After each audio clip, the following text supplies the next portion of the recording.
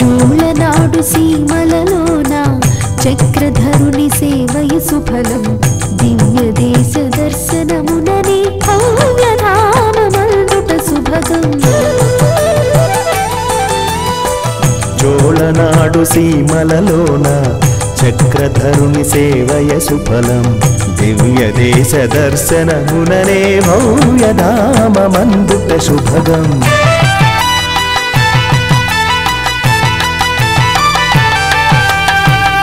ఆళ్వారుల ఆరాధనలే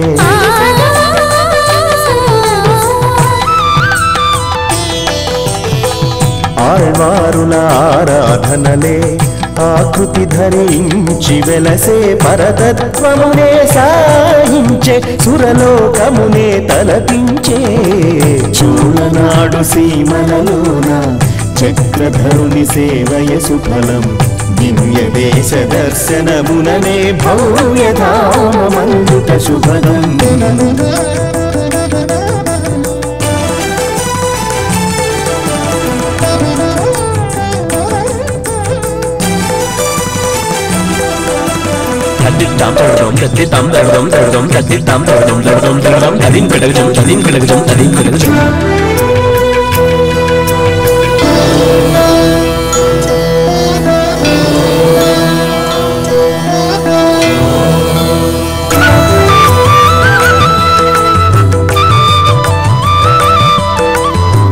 శ్రీరంగని గాభల మధురం శ్రీభూతి గానన శుభదం శ్రీరంగని గాభల మధురం శ్రీవిభూతి గానన శుభదం అప్రాకృతాక్షర రూపం అనంతుని లీలా విభవం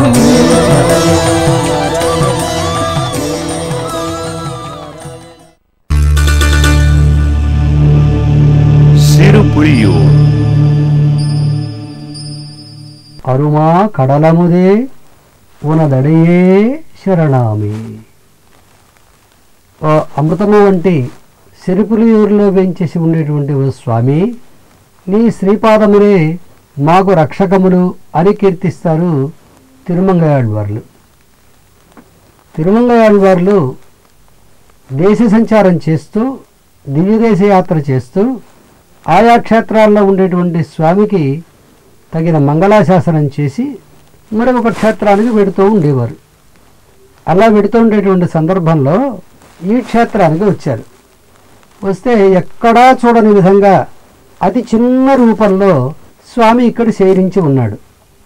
అప్పుడు వారికి ఒక మాట గుర్తొచ్చింది. విష్ణు సహస్రనామంలో భగవానుడికి అణుహు, బృహత్ అనే 2 నామములు ఉన్నాయి. అంటే అణుహు అంటే అత్యంతము చిన్నవాడు, సూక్ష్మమైనవాడు. బృహత్ అంటే అందరికంటే అన్నిటికంటే చాలా పెద్దవాడు. ఏమిటి చిన్నవాడేమిటి పెద్దవాడేమిటి అంటే ఒకప్పుడు చిన్నవాడుగా ఒకప్పుడు పెద్దవాడుగా. ఈయన చిన్నవాడా పెద్దవాడా అని వివేచన చేసి చూడగలిగినటువంటి శక్తి మనకు లేదు. అయ్యో ఇక్కడ చాలా ఇంత చిన్నగా ఉన్నాడే, ఎక్కడా సేవించిన విధంగా అని అనుకుని ఆ స్వామితోటి మాట్లాడారట. అడిగారు, ఎవయ్యా ఏమిటి ఇంత చిన్నగా సేవించి ఉన్నావు? మాకు పెద్దగా ఉంటేనే కనపడదే, ఇంత చిన్నగా ఉంటే నేను ఎవరు చూడగలరయ్యా, దర్శించగలరయ్యా?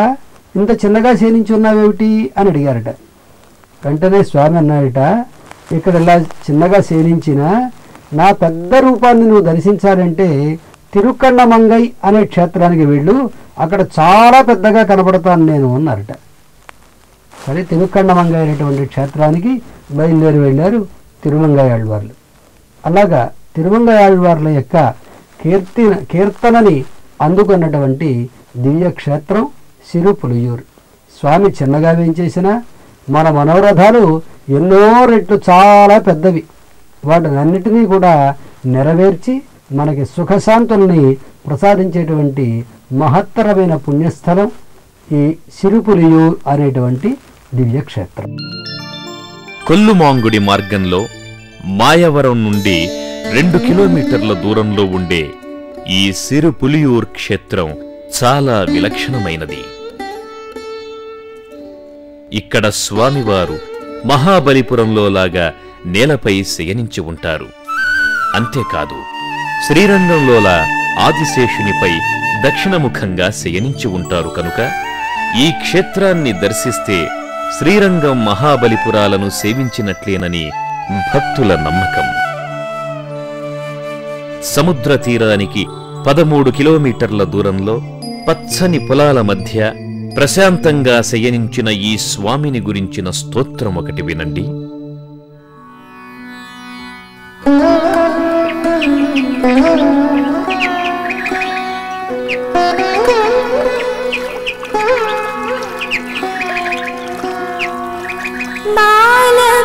बालव्याघ्रपुरे कृपाजलनिधे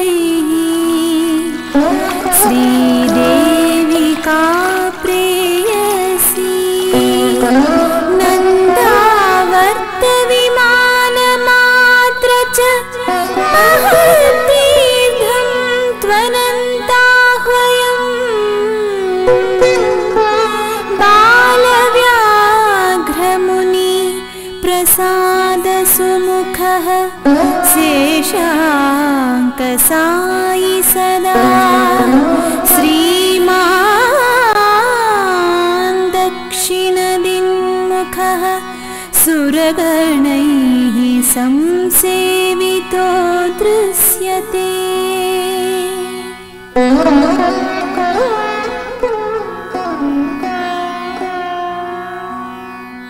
ఇక్కడ వేంచేసి ఉండే స్వామికి అరుళ్ మాకడల్ అంటే కృపా సముద్రుడు అని పేరు. అమ్మవారు తిరుమామకల్ నాచ్యార్ అంటే శ్రీదేవి. అనంత తీర్థ సమీపంలో నందావర్త విమానంలో ఆదిశేషునిపై బాలునిగా శయనించి ఉన్న ఈ స్వామి వ్యాఘ్రపాదమునికి భృగు మహర్షికి ప్రత్యక్షం. ఒకప్పుడు వ్యాఘ్రపాదుడనే యువకుడైన ముని ఉండేవాడు. ఆయన చిదంబరంలో ఆనంద తాండవం చేసే పరమశివుని భక్తుడు. ప్రతిదినం ఉదయాన్నే లేచి అరణ్యంలోకి వెళ్లి పరమశివుని పూజకై రకరకాల పుష్పాలను కోసుకుని వచ్చేవాడు. ఇలా పువ్వులు తేవడానికి వెళ్లినప్పుడు చెట్లు ఎక్కడం కష్టంగా ఉండేది. అదే విషయం పరమశివునితో విన్నవించుకున్నాడు. పులి సులభంగా చెట్లు ఎక్కుతుంది కనుక పులిపాదాలను అనుగ్రహిస్తే ముని సులభంగా చెట్లు ఎక్కగలడని ఆయన మునిపాదాలు పులిపాదాలుగా ఉండేటట్లు అనుగ్రహించాడు. శివుడిచ్చిన వరం వల్ల మునిపాదాలు రాత్రి అంతా పులిపాదాలుగా ఉండేవి. తెల్లవారకుండానే అరణ్యానికి వెళ్లి పూలు కోసుకు వచ్చేవాడు. పులిపాదాలు గలవాడు కనుక ఆయనను అందరూ వ్యాఘ్రపాదుడు అని అనేవారు. ఇలా ఉండగా వ్యాఘ్రపాదుని భక్తికి మెచ్చిన పరమశివుడు, వ్యాఘ్రపాద, నువ్వు సిరుపులియూరు వెళ్లి అక్కడ వేంచేసియుండే కృపా సముద్రుడైన శ్రీమన్నారాయణుని పూజించు. ఆయన అనుగ్రహం వల్ల నీకు మోక్షం లభిస్తుంది అని చెప్పాడు. వ్యాఘ్రపాదుడు పరమశివుని ఆజ్ఞ ప్రకారం సిరుపులియూరు చేరాడు. అక్కడ ఎంత వెతికినా పెరుమాళ్లు కనిపించలేదు. ఏం చేయాలో తోచక నిస్సహాయంగా ఉండే సమయంలో పరమశివుడు లింగాకారంలో ప్రత్యక్షమై పెరుమాళ్లు ఉండే స్థలాన్ని చూపించాడు. దీనికి నిదర్శనంగా నేటికి పెరుమాళ్ల సన్నిధి సమీపంలో లింగాకారంతో దర్శనమిస్తాడు పరమశివుడు. అలా శివుని వల్ల పెరుమాళ్లు ఉండే చోటు తెలుసుకుని ఆయననే ధ్యానిస్తూ ఉండేవాడు. ఆ తపస్సుకు మెచ్చి బాలుని రూపంతో ఆదిశేషునిపై శయనించి సాక్షాత్కరించాడు స్వామి. వ్యాఘ్రపాదునికి మోక్షాన్ని ప్రసాదించాడు. తనను సేవించిన వారందరికీ వరప్రసాదిగా ఇక్కడ బాలశయనంగా వెంచేసి ఉన్నాడు. వ్యాఘ్రపాదుడు మోక్షం పొందిన స్థలం కనుక దీనికి సిరుపులియూర్ అనే పేరు వచ్చింది. వ్యాఘ్రపాదుని తపస్సు సిద్ధించిన స్థలం కావడం చేత తపస్సిద్ధి స్థలం అనే పేరు వచ్చింది. దివ్యదేశ మంగళా శాసనంలో భాగంగా తిరుమంగై ఆళ్వార్లు ఈ క్షేత్రానికి వేంచేసి స్వామిని సేవించారు. కాని స్వామి బాలశయనంతో వేంచేసి ఉండడం వారికి చాలా అసంతృప్తిని కలిగించింది. అయ్యో, వ్యాఘ్రపురంలో ఉండే స్వామి వ్యాఘ్రంలా ఎంతో సమున్నతంగా వేంచేసి ఉంటాడనుకుంటే ఇంత చిన్నగా ఉన్నాడే అని అనుకున్నారు. అప్పుడు పెరుమాళ్లు ప్రత్యక్షమై, మీరేం విచారపడకండి, ఇక్కడ ఎంత చిన్న రూపంలో వేంచేసి ఉన్నానో తిరుక్కణ్ణమంగై క్షేత్రంలో అంత పెద్ద రూపంతో వేంచేసి ఉంటాను, మీరు అక్కడకు వచ్చి నన్ను సేవించండి అని సమాధానమిచ్చాడట. ఈ క్షేత్రాన్ని తిరుమంగై ఆళ్వార్లు 10 పాసురాలలో కీర్తిస్తారు. అందులో పంచభూతాత్మకుడా లక్ష్మీపతి సిరుపులియూర్నందు వెంచేసియున్న స్వామి, నీ శ్రీపాద పద్మములే మాకు రక్షకము అంటూ పాడిన ఒక పాసురం విని తరిద్దాం.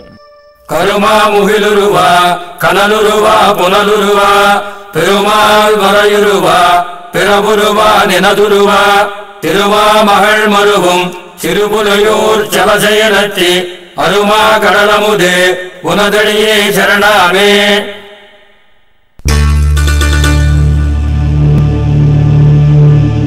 తిరుచ్చేరై. ఈ భూమండలంలో చాలా సారవంతమైన క్షేత్రం ఏది అని ప్రశ్నిస్తే తిరుచ్చేరై అనేటువంటి క్షేత్రం సారక్షేత్రంగా ప్రసిద్ధి పొందింది. పంచసార క్షేత్రము అని ఈ క్షేత్రానికి పేరు. ఈ క్షేత్రంలో ఉండే స్వామిని శ్రీకృష్ణావతారంతో సంబంధం కలిగిన వారిగా, ఆ కృష్ణావతారంలో అతిమానుష చేష్టలన్నిటినీ కూడా చేసినటువంటి ఆ శ్రీకృష్ణుడే ఈ క్షేత్రంలో సారనాథ స్వామిగా వేంచేసి ఉన్నాడు అని తిరుమంగై ఆళ్వార్ల యొక్క అభిప్రాయం. ఆనాడు మాయాపూతన గోపవేషం వేసుకు వచ్చి శ్రీకృష్ణునికి పాలు ఇవ్వడం అనేటువంటి నెపంతో ఆయన దగ్గర తీసుకుని పాలు ఇస్తే ఆమె యొక్క కోరికను నెరవేరుస్తూనే పాలతో పాటు స్తన్యంతో పాటు ఆమె యొక్క ప్రాణాలను కూడా అపహరించాడు. అటువంటి ఆ పూతన సంహారకుడైనటువంటి స్వామి శ్రీకృష్ణుడు వేంచేసి ఉండేటువంటి క్షేత్రం ఈ సారక్షేత్రము అని కీర్తిస్తారు. ఇక్కడ పూతన అంటే ప్రకృతి. భగవంతుడిని కనుక మనం ఆశ్రయిస్తే ప్రకృతి సంబంధం వల్ల మనకు కలిగినటువంటి వికారములు ఏవైతే ఉన్నాయో వాటినన్నిటినీ కూడా సమూలంగా నాశనం చేస్తాడు, మన్న అనుగ్రహిస్తాడు. ఆ విధంగా పూతనా రూపంలో ఉండేటువంటి కంసప్రయుక్త కెల కాపిమాయా అంటారు వేదాంత దేశకులు. కంసుడు పంపించినటువంటి ఒకానొక మాయ. ఎవరు అంటే మాయ అంటే ప్రకృతి. ఆ ప్రకృతి రూపిణి అయినటువంటి పూతనని సంహరించి మనందరినీ కూడా రక్షించినటువంటి స్వామి ఈ సారక్షేత్రంలో సారనాథుడుగా, సారనాయికతోటి, సార విమానంలో, సార పుష్కరిణీ తీరంలో వేంచేసి ఉన్నాడు. ఇది పంచసార క్షేత్రం. నిజంగా ఇది సారవంతమైనటువంటి క్షేత్రం. మన హృదయాల్లో సారవంతమైనటువంటి బీజాన్ని నాటి భగవద్భక్తిని మరింత పెంపొందింపచేసి ఆయనయందు ప్రేమను కలిగించేటువంటి దివ్యక్షేత్రం ఈ సారక్షేత్రం. ఈ సారక్షేత్రాన్ని దర్శించిన వారి జన్మ ధన్యమైనది. కుంభకోణ ప్రాంతంలోని ప్రసిద్ధమైన దివ్యక్షేత్రాలలో తిరుచ్చేరై ఒకటి.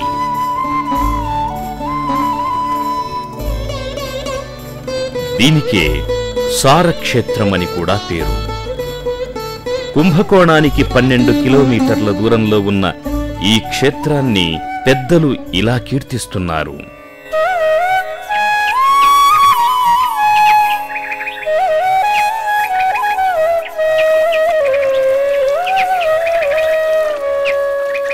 శ్రీ సారాఖ్య సరోజినీ కృతరుచౌ సారాభిదానే పురే సారాఖ్యాయుత నాయకీ ప్రియవపుః సారాఖ్య వైమానగః ప్రాక్వక్త్రాంబుజ సంస్థితిర్విజయతే శ్రీసారనాథో విభుః కావేరీ నయనాతిథిః కలిరిపుస్తుత్యః శ్రితాభీష్టప్రదః.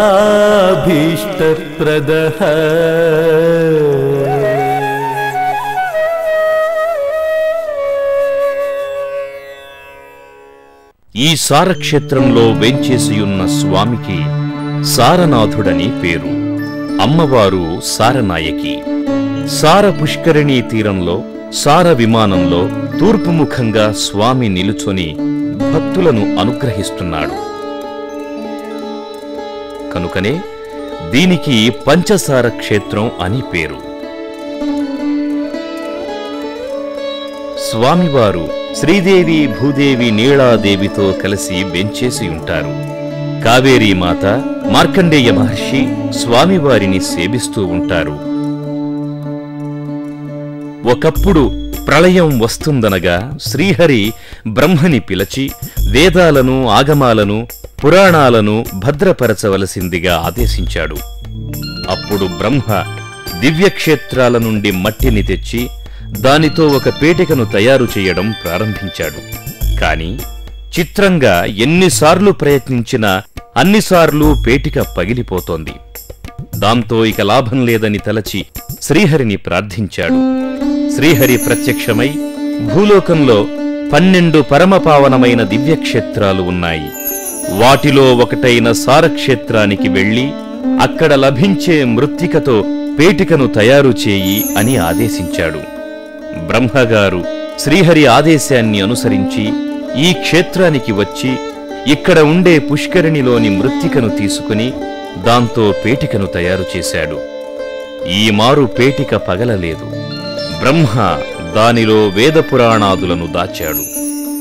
ఇలా సారవంతమైన మృత్తిక కలదవడం చేత దీనికి పంచసార క్షేత్రమని పేరు వచ్చింది. ఇక్కడ గల పుష్కరిణీ తీరంలో గల వృక్షం క్రింద కావేరీమాత ఆలయం ఒకటి ఉన్నది. ఈ సార పుష్కరిణీ తీరాన మార్కండేయ వ్యాస పరాశరాది మహర్షులు ఎందరో తపస్సు చేసి శ్రీమన్నారాయణుని అనుగ్రహం పొందారు. తిరుమంగై ఆళ్వార్లు ఈ క్షేత్రాన్ని 13 పాసురాలలో కీర్తిస్తారు. స్వామితో పాటు కావేరీ గొప్పతనాన్ని కూడా కీర్తించడం విశేషం.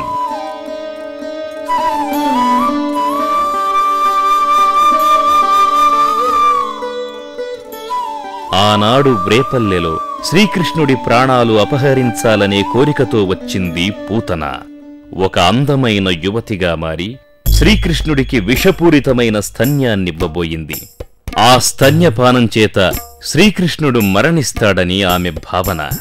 ఆమె అభిప్రాయం గమనించిన భగవానుడు పాలతో పాటు ఆమె ప్రాణాలను కూడా లాగేశాడు. దాంతో అది భయంకరంగా ఏడుస్తూ రక్తం కక్కుకుంటూ చచ్చిపోయింది.